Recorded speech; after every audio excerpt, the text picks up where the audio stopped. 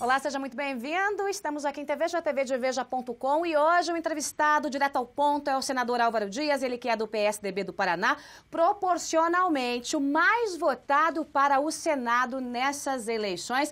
Nadou de braçada no Paraná, fez bonito nas urnas e vai retornar ao Senado. Aliás, vai continuar no Senado. Tudo bem, senador? Tudo bem, um prazer estar aqui. Prazer é meu, senador. O senhor teve uma resposta muito positiva nas urnas. O senhor que se apresenta e se apresentou aí nos últimos anos como grande nome da oposição no Senado. Não há nome que tenha combatido o PT dentro do Senado mais do que o seu nome, o nome de Álvaro Dias. Agora, numa nova legislatura, chegando lá, qual será aí o seu primeiro caminho, o seu primeiro projeto, o seu primeiro discurso? Qual é o desenho que teremos deste Álvaro Dias aí, versão 2015? Eu espero uma fase diferente, né? Uma outra missão, né? Com a vitória do Aécio Neves. Eu imagino que será um momento importante no Congresso, porque a eleição do Aécio Neves tem o objetivo da mudança.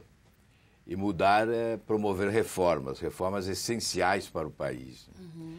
É claro que é um presidencialismo quase que imperial, né? De muita força. E qualquer reforma de profundidade depende especialmente do presidente da República.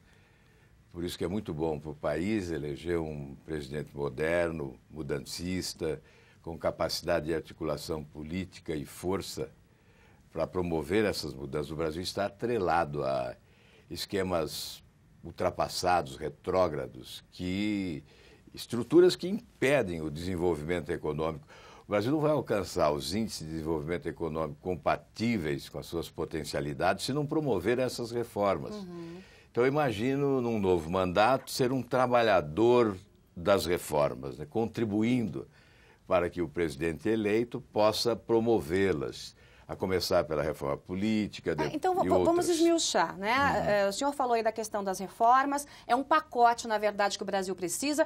E, senador, eu escuto isso, eu acho que desde que eu comecei a acompanhar a política, né? Meninota, eu já escuto, olha, tem que fazer reforma, política, tributária, tem a questão dos estados, tem o ICMS, cada estado é julgado de um jeito, tem a questão que os estados mandam um monte de dinheiro para o governo federal e recebem pouquinho, tem a questão do preconceito, em especial, com os estados de São Paulo e do Paraná, isso ficou claro, né? Inclusive os governadores batendo bumbo aí nos últimos anos, em especial o governador Beto Richa. Quer dizer, não sai porque simplesmente não se quer que faça. Acabou. Exatamente. Eu disse já, né? É presidencialismo de muita força, quase imperial. Então ficamos na dependência do presidente da República. Se ele deseja a reforma, ocorre. Se não deseja, não ocorre. A reforma tributária, por exemplo. Os governantes não realizam a reforma tributária porque imaginam perder recursos num primeiro momento. Uhum.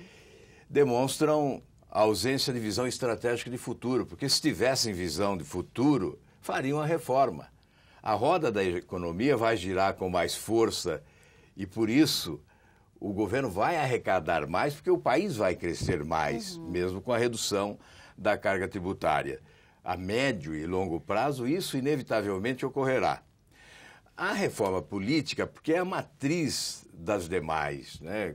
Com a reforma política, certamente as demais ocorrerão com maior facilidade e eficiência.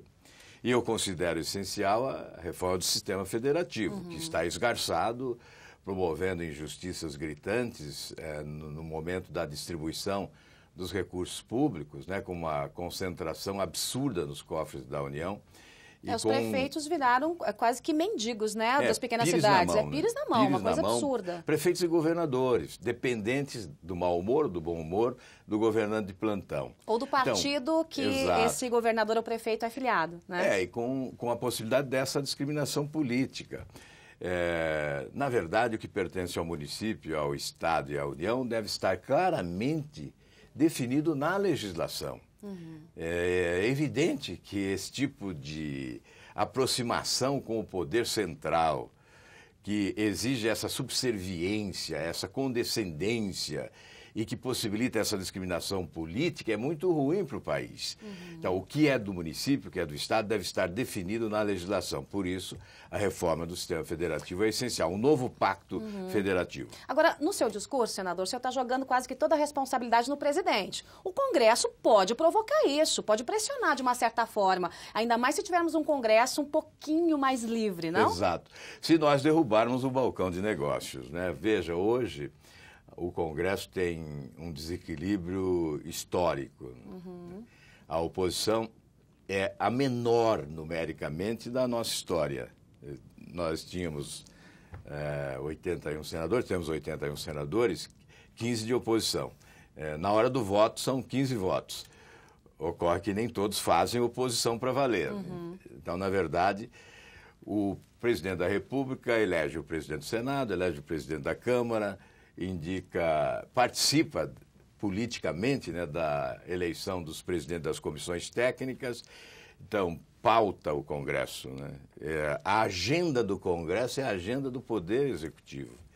É evidente que se nós tivermos um Congresso liberto, né, desse balcão de negócios, dessa relação de promiscuidade, que, aliás, é a matriz dos grandes escândalos de corrupção no país. Mensalão, né? Petrolão, tudo que a gente viu aí de grande esquema de corrupção, quer dizer, o maior até então era o mensalão, e agora nós temos o petrolão, que tem o mesmo fim, é comprar os aliados, né? Manter os aliados calmos. O que é essa relação de promiscuidade entre os poderes, ela tem no seu início e fim um balcão, né? Que eu chamo de balcão de negócio. É o aparelhamento do Estado, que implica a divisão dos cargos públicos, né?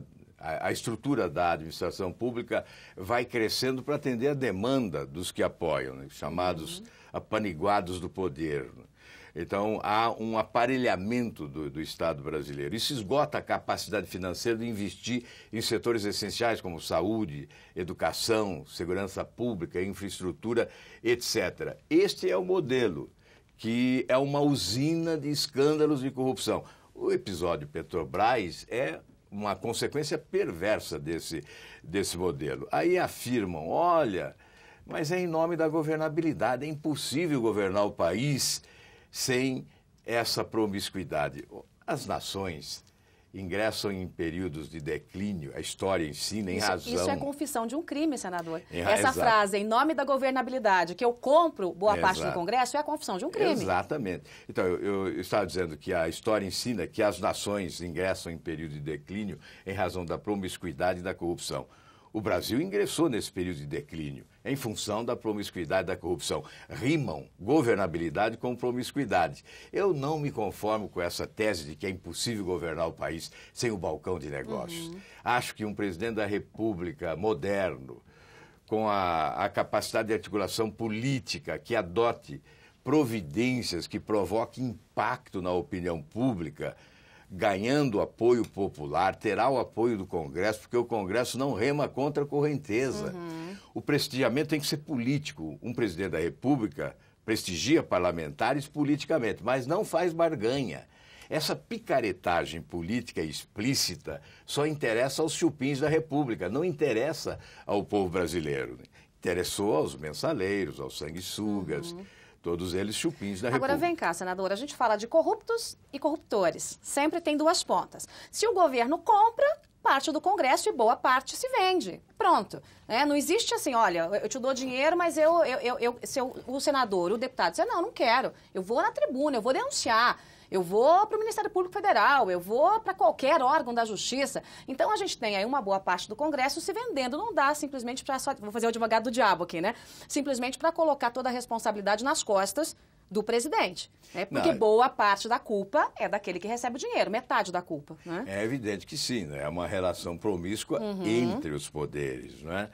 E é exatamente isso que devemos advogar, acabar com esse balcão. É uma eleição plebiscitária agora, né? Nós deveríamos colocar exatamente como item número 1 para a opção quem vai acabar com esse balcão de negócios. É um plebiscito. Obviamente, quem vota no candidato situacionista, sem que assuma compromisso de mudança desse modelo, está avalizando esse modelo. E é evidente que quem votar também no candidato de oposição tem que exigir dele esse compromisso. Vamos mudar esse modelo, porque de nada adianta mudar o presidente sem mudar esse modelo. Com esse modelo, nós não temos chances de alcançar os índices de crescimento econômico que o Brasil pode alcançar em razão da sua grandeza. Agora, o senhor falou que a oposição é mirrada. Eu sempre digo isso em diversas entrevistas, né, que o senhor já me concedeu aí durante a sua vida pública, até mesmo no Paraná, a gente sempre falou dessa oposição mirradinha, e mesmo que o PSDB não sabe fazer oposição, está aprendendo agora, e que o senhor sempre foi esse nome.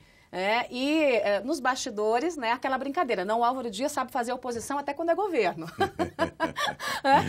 E leia-se aí no governo Fernando Henrique Cardoso.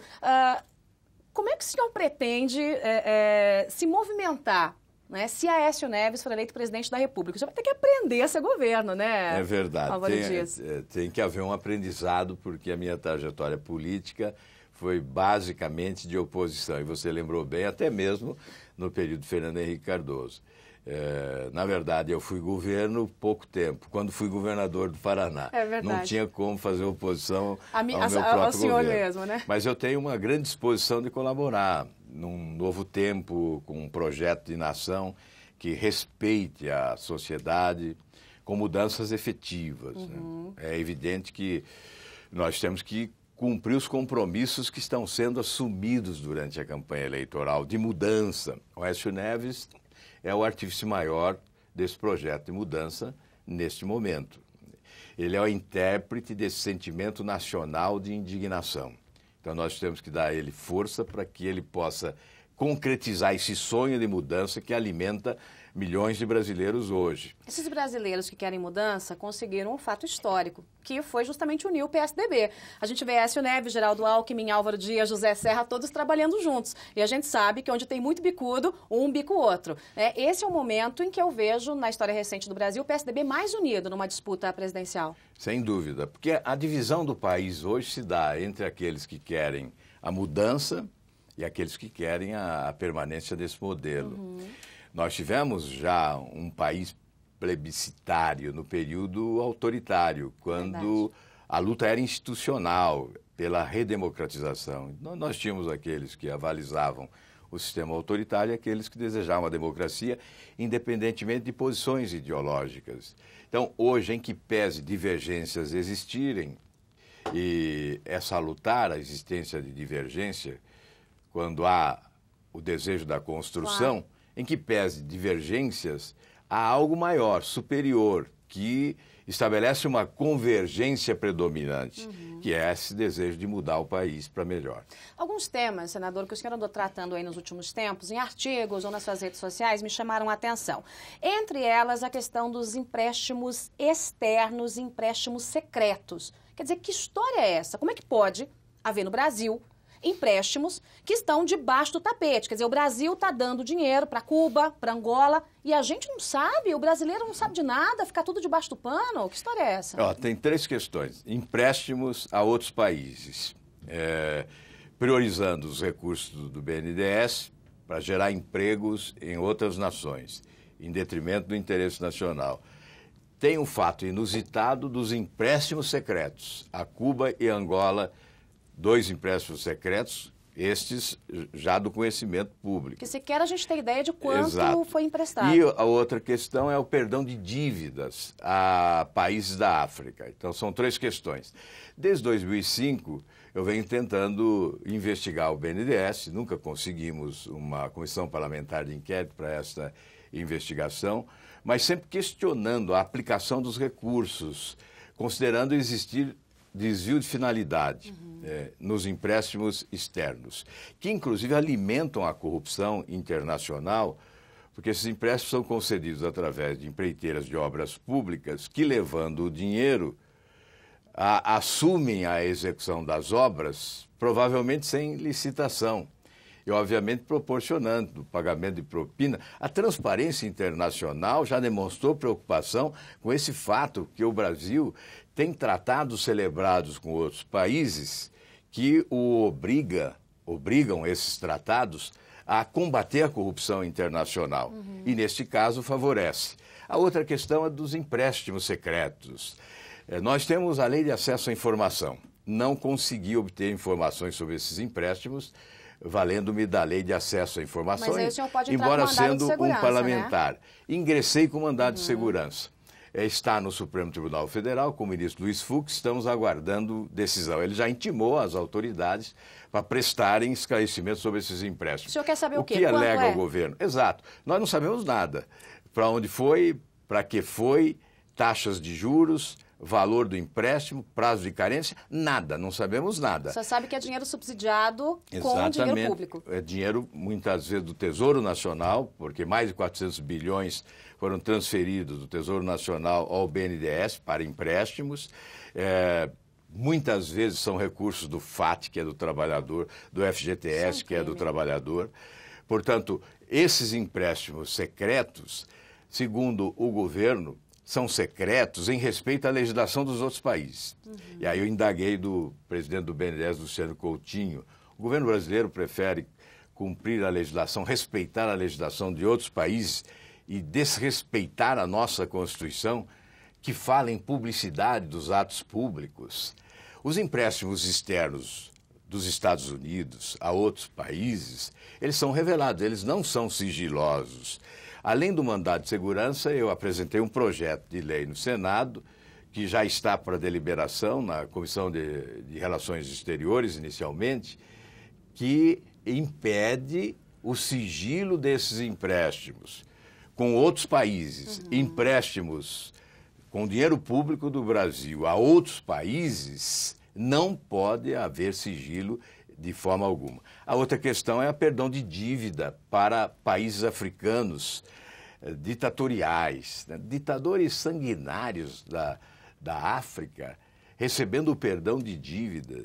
São multimilionários com fortunas em Nova York, em outros países, e o governo brasileiro perdoando mais de 700 milhões de dólares. Gente, nós conseguimos impedir no Senado, na Comissão de Assuntos Econômicos, apenas um deles foi aprovado, porque eu fui chamado a outra comissão, a oposição é pequena e tem que se multiplicar, né, em várias comissões ao mesmo tempo. Aprovaram num momento de descuido, mas os outros nós conseguimos impedir, outros empréstimos. Então, eu acho que deveria ter um pressuposto básico indispensável para essa relação com países, né? É um país com um regime ditatorial e corrupto, né? Reconhecidamente países corruptos e ditatoriais, recebendo essa generosidade brasileira do perdão da dívida. Em primeiro lugar, esse questionamento seria fundamental. Que regime vigora nesse país? Que tipo de governo existe nesse país? Para que o nosso país pudesse ser generoso, mas antes temos que ser generosos, né, com os brasileiros. E tem coisas que são muito básicas, né? Se é um dinheiro que não volta para os cofres públicos, para o Tesouro, é um dinheiro que não vai chegar em saúde, educação, segurança pública, aquela coisa básica do dia a dia das pessoas. Joyce, e o contraste, quando você fotografa, por exemplo, uma estrada em que os caminhões carregados estão em fila atolados na lama, e você fotografa o Porto de Mariel, em Cuba, onde o Brasil colocou mais de 800 milhões de dólares. É justo esse confronto entre a necessidade e a generosidade com outro país, porque o Brasil quer passar a mão na cabeça de todas as ditaduras mundo afora, alimentando ditaduras com recursos públicos do Brasil. Isso não é justo. Isso tem que ser combatido. Nós estamos combatendo isso, mas o que verificamos é que o governo encontra razões para manter esse modelo. Que a própria razão desconhece. E a própria razão desconhece. O governo defende, olha, nós estamos transferindo tecnologia, né, com esses empréstimos a empreiteiras brasileiras. Que tecnologia estamos transferindo? Qual é o nosso ganho? Né? A aplicação de dinheiro público tem que levar em conta a relação custo-benefício do investimento realizado. É mais importante esses empréstimos a Cuba, a Venezuela, a Angola, a outros países, do que a realização de obras de infraestrutura fundamentais no Brasil para alavancarmos o nosso crescimento econômico e gerarmos mais empregos, retirando multidões aí da faixa de pobreza. É evidente que a decisão é simples. Né? Senador, eu quero acelerar aqui um pouquinho, nosso tempo está quase esgotado, mas eu quero falar dos escândalos da Petrobras. O senhor citou rapidamente aí as questões da Petrobras, dinheiro para corrupção, esse dinheiro que faz com que o Congresso fique subserviente à presidência da República. E a presidente candidata Dilma Rousseff diz em alto e bom som e repete, já virou um coro, né, quase que um eco, toda vez ela repetindo: eu não sabia de nada, eu não sei de nada, eu não conhecia nada, eu não sabia de Passadina, eu não sabia de Petrolão, mas o senhor desde 2009 está batendo bumbo com essa história. Exato. E isso acabou virando inquérito. Se virou um inquérito, obviamente tem aquela coisa, olha, manda documento, comunica as partes e tal. Como é que pode não saber de nada? Não pode ser verdade vamos isso. relembrar os fatos. Né? Em 2009, nós lutamos para instalar uma CPI. 2009, CPI da Petrobras. Fui o autor do requerimento e o primeiro subscritor. O PSDB apoiou, o DEM apoiou, nós conseguimos as assinaturas. Houve verdadeira operação de guerra para impedir, não conseguiram impedir a instalação, mas depois outra operação de guerra, com derrame inclusive de verba de publicidade no país, para impedir divulgação, para abafar a CPI, para amordaçar a CPI. Conseguiram. Era a Operação Lula Abafa. Exato. Conseguiram. Em determinado momento, nós chegamos à conclusão que não poderemos compactuar com aquela farsa. Então, nos retiramos, porque antes de iniciar a CPI, eu já anunciava, se tivermos dificuldade, vamos fazer um relatório paralelo e vamos nos antecipar ao relatório final e vamos à Procuradoria-Geral da República. Fizemos isso, um relatório paralelo, e protocolamos 18 representações com as principais denúncias que culminaram em inquéritos instaurados pelo Ministério Público Federal. Por exemplo, em Recife, sobre o superfaturamento da usina Abreu e Lima. Em Curitiba, sobre o superfaturamento das obras de ampliação da usina Getúlio Vargas em Araucária. No Rio de Janeiro, em razão das plataformas, etc. Então foram 18 representações. E depois, os inquéritos foram instaurados. Ou seja, uma pressão sobre a gestão da Petrobras. E nenhuma providência administrativa foi adotada. Não se ignora, não se alegue ignorância em relação a essas representações, porque elas foram divulgadas e elas determinaram a instauração de inquéritos. E depois, no dia 21 de dezembro de 2012, eu fui à Procuradoria-Geral da República, era recesso parlamentar, mas fui lá e protocolei a denúncia da negociata de Passadina, que teve como consequência um inquérito que foi instaurado em fevereiro de 2013, que acabou retirando debaixo do tapete toda essa sujeira que hoje é do conhecimento público no país. Portanto, houve sim uma ação da oposição. Nós procuramos cumprir o nosso papel de fiscalizar, de denunciar. Fizemos isso. O Brasil sabia, a presidência da República sabia sim, não tomou providência porque não quis tomar. Para a gente seguir para o fechamento, dívida externa. Em todos os debates, a presidente candidata Dilma Rousseff olha para Aécio Neves e diz: nós quitamos a dívida externa, nós pagamos a dívida externa, porque no governo FHC vocês quebraram o Brasil 3 vezes, o que é uma absoluta mentira, né? A maior distribuição de renda no Brasil é justamente o Plano Real, né? O Plano Real é de fato o grande plano de distribuição de renda para os brasileiros. Mas isso é uma falácia. É uma falácia. O PT não pagou a dívida externa e ampliou em muita dívida interna. Criminosa. Fala um pouco sobre isso, senador. Me explica essa história. Ainda ontem eu joguei nas redes sociais um excelente artigo do economista Hélio Duque sobre essa questão da dívida externa. O PT assumiu o governo com uma dívida de 212 bilhões de dólares. Dívida externa, 12 bilhões de dólares. Dívida interna, 600 bilhões. Hoje, dívida externa, 333,1 bilhões de dólares. A dívida interna, 2 trilhões e 200. Ou seja, foi exponencial o negócio. Triplicou. Essa dívida interna de 2 trilhões e 200 é só da União. Não estou aí somando dos estados e municípios, que seria mais 500 a 600 bilhões. Esses números são do Banco Central, não são da oposição. O que usa o governo para mistificar e mentir ao país que o Brasil não tem mais dívida externa? Ele usa o jogo com as reservas cambiais, que são superiores em 50 bilhões à dívida externa. As reservas cambiais são 370 bilhões de dólares. Elas são alavancadas pela emissão de títulos públicos. Isto, no mercado, significa o pagamento de uma taxa de juros de 12%. E essas reservas cambiais são aplicadas, 2/3 dessas reservas cambiais, no Tesouro americano, norte-americano. O juro é de 1,9%. Então, nós recebemos um juro de 1,9%, pagamos internamente um juro de 12%, que alavanca o endividamento interno. Então, esta é a realidade, esta é a verdade. A história de que o Brasil pagou a dívida externa é uma falácia.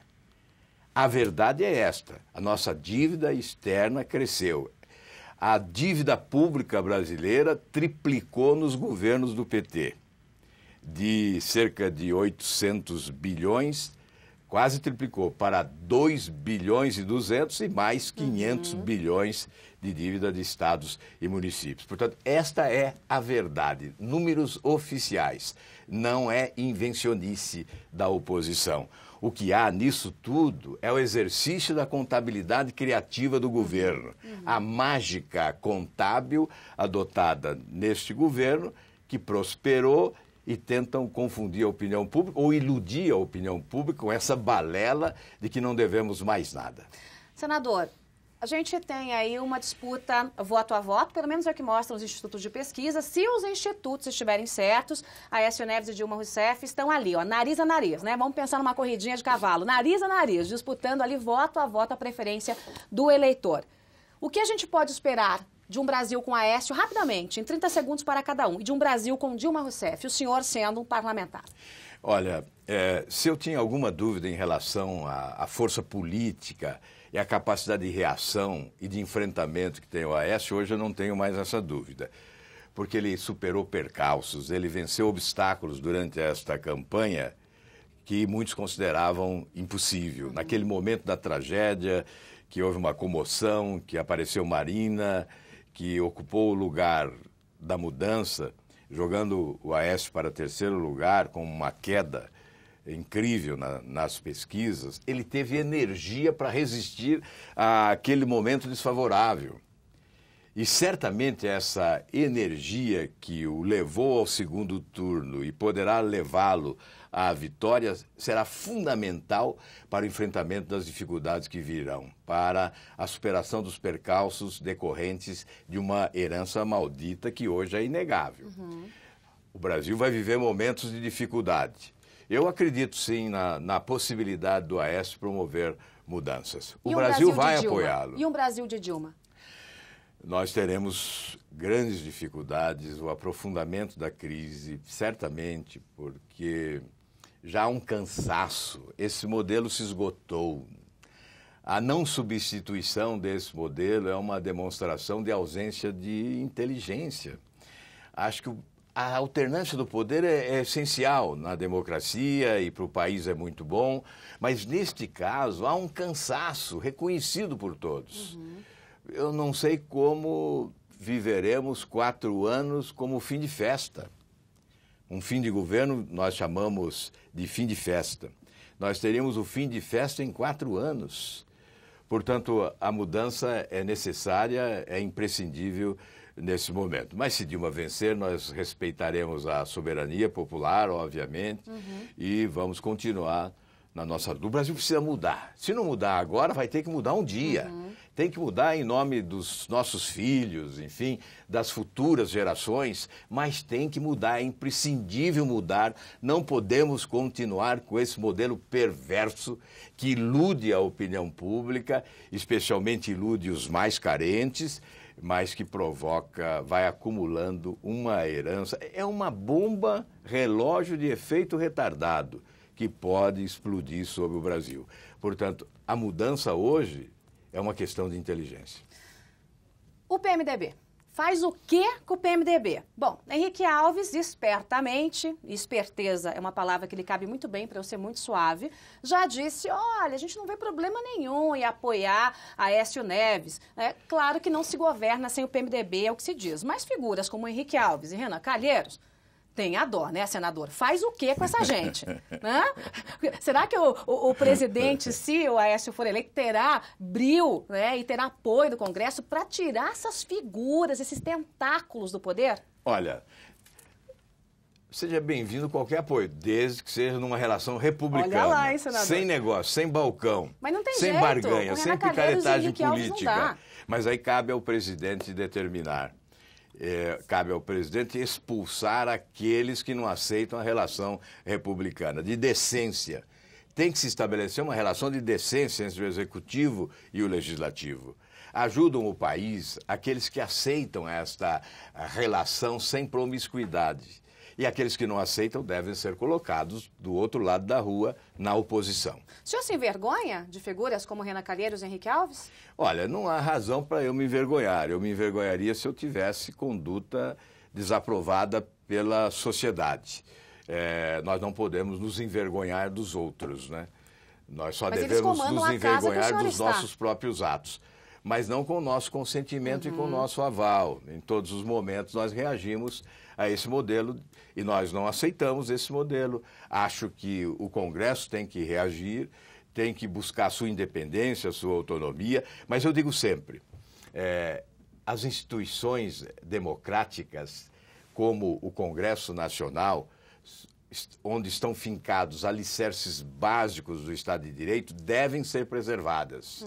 Achincalhados devem ser aqueles que adotam um comportamento de promiscuidade, que contaminam a própria instituição. Mas a instituição tem que ser preservada. Agora não tem como tirar a presidência do PMDB, né? Nós que lá estamos somos passageiros, eventuais, substituíveis. A instituição não, ela é permanente, ela é definitiva, ela é insubstituível. Portanto, nós temos que distinguir a instituição de eventuais ocupantes de cargos que a contaminam. Agora, o senhor acha que tem como tirar a presidência do Congresso do PMDB? Mas mesmo que não tiremos, tem como tirar, é evidente. Se eventualmente o PMDB apresentar um nome que possa permitir um novo tempo de recuperação de credibilidade e do conceito da instituição, como é o maior partido, não há por que uma reação. Se isso não ocorrer, nós temos que, evidentemente, buscar outra alternativa. Tentar vencer e, não vencendo, obviamente, marcar a posição. Mas se tivermos o presidente da República, obviamente, teremos maior facilidade de articular uma eleição para as duas casas do Congresso que signifiquem essa mudança desejada. Muito bem. Álvaro Dias, senador do PSDB do Paraná, o mais votado no Brasil, proporcionalmente, nadou de braçada nessas eleições, conversando comigo aqui, francamente, olho no olho, no Direto ao Ponto, aqui em TV. Senador, muito obrigada pela entrevista franca, muito obrigada e que o senhor volte logo. Eu agradeço essa oportunidade. É muito bom ter a oportunidade de defender teses, de obviamente, defender o próprio candidato, né, o nosso candidato, mas, sobretudo, defender mudanças para o Brasil. É um espaço precioso e eu agradeço. Muito bem, você está aqui em TVEJA, tvdeveja.com, onde a programação não para. Já, já, a gente se vê. Tchau, obrigada pela companhia.